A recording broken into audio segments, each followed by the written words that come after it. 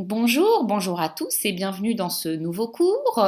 Donc nous sommes toujours dans notre partie dédiée à la candidature et aujourd'hui nous abordons la question du CV ou Lebenslauf en allemand qui va nous occuper sur plusieurs modules à partir de maintenant. Donc nous sommes toujours avec Nathalie.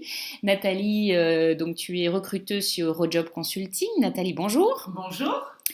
Alors Nathalie, pour démarrer ce cours dédié au CV, nous allons parler, d'abord nous allons évoquer la forme du CV. Le CV à l'allemande, il est souvent bien plus long que le CV français. Pourquoi? Qu'est-ce que ça veut dire que cette longueur?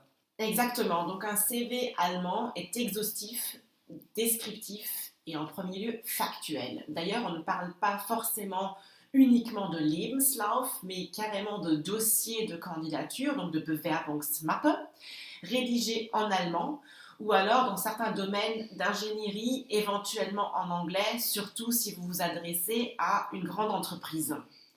Le CV, donc le Lebenslauf, peut en effet tout à fait être de 2 voire 3 pages, puisque l'idée est de ne pas avoir de lacunes, c'est-à-dire de vraiment énoncer précisément chaque étape de votre carrière en indiquant la date, le début, la fin, le mois et l'année. Vous datez et signez ce document, donc signature éventuellement à l'aide d'un scan si le Lebenslauf est envoyé par mail.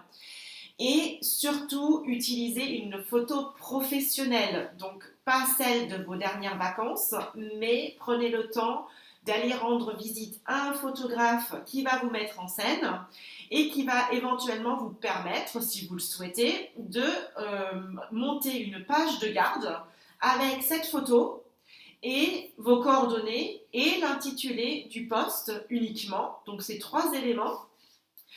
Voilà, donc vous verrez à l'écran en effet un modèle de Lebenslauf que nous avons choisi pour vous pour le début de cette discussion. Et vous verrez donc que dans l'idéal, ce CV est monté de manière déchronologique, donc l'œil du Mhm. recruteur. C'est-à-dire que vous avez donc l'expérience professionnelle récente en haut de la page. Entendu. Alors, moi, j'ai quand même une question. J'aurais voulu savoir, quand on parle de photos, puis on voit aussi qu'il y a la mention du lieu de naissance et du Familienstand, donc du statut familial. Est-ce que c'est obligatoire? Dans quelle mesure j'ai une petite marge de manœuvre à ce niveau-là? Non, ce n'est pas obligatoire, mais je me demande un petit peu ce que vous auriez à cacher. Dans la mesure où de toute façon, votre expérience professionnelle est tout à fait en relation avec votre âge, il est certain que quelqu'un qui serait un candidat senior avec une expérience professionnelle au-delà de 10 ans ben, n'est pas né en 1995, par exemple. Donc, indiquez-le. De toute façon, vous allez joindre vos certificats et diplômes où généralement se trouve votre date de naissance. Donc, pourquoi faire chercher le DRH cette information qu'il trouvera Mhm. à la place de l'indiquer tout de suite? Et voilà. Mhm. Pour ce qui est de votre situation familiale, forcément, il n'y a absolument pas besoin d'indiquer si vous êtes enceinte ou non, si vous avez une croyance religieuse ou non. Ce sont d'ailleurs aussi des questions qui n'ont pas lieu d'être dans un entretien de recrutement par la suite. Mais là aussi, quel est le risque à prendre? Il n'y en a pas. Mhm. Éventuellement, je peux vous conseiller de réfléchir auparavant comment vous allez organiser la garderie de vos enfants avant d'indiquer que vous en avez plusieurs sur votre CV, parce que ça, c'est un gros problème social allemand, mais qui de toute façon doit se trouver en amont de votre réflexion, puisque au quotidien professionnel, il va bien falloir que l'organisation permette que vos enfants sont gardés. Oui, c'est très juste. Alors tout ça, c'est très intéressant. On en reparlera un petit peu plus tard dans le cours. On a ici à l'écran un modèle de CV. Est-ce qu'il y en a d'autres qui existent sur le marché ou en ligne et qui seraient peut-être plus détaillés? Vous avez une grande panoplie de modèles gratuits à votre disposition. Ouais. Je vous conseille par exemple le site tabellarischer-lebenslauf.net où vous pouvez réaliser votre CV en ligne et le formater aisément. Il y a également le carrière-journal du site Monster, donc qui vous permet également d'avoir des informations là-dessus.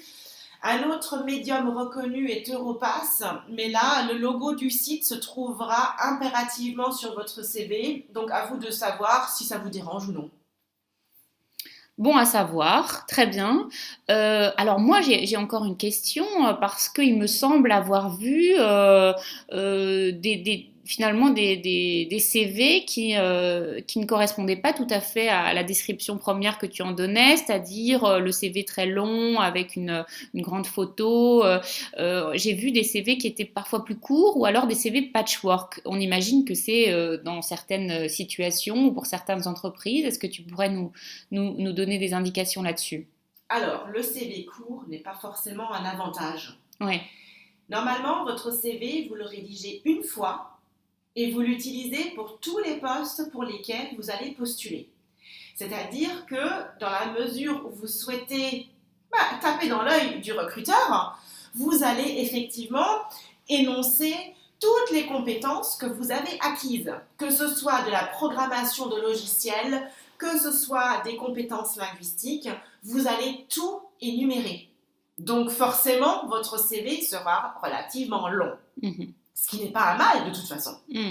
Par contre, pour le CV en patchwork, je pense qu'il n'est conseillé que pour les candidats qui auraient vraiment un break complet dans leur carrière, un revirement de situation professionnelle. Donc, finalement, un changement d'une activité ultérieure par rapport à un état actuel de compétence qui peut être justifié, bien entendu, par une réorientation de carrière, mais qui, du coup, va orienter vos compétences sur des thèmes complètement différents, même si je pense que ce n'est pas forcément adapté à l'œil du recruteur, qui est plutôt habitué à avoir un CV comme vous le voyez à l'écran, avec donc éventuellement une explication pour le choix d'avoir réorienté ses compétences sur ce CV. Entendu. Eh bien, merci beaucoup Nathalie. Nous nous retrouvons pour le prochain module dédié au CV. Merci beaucoup.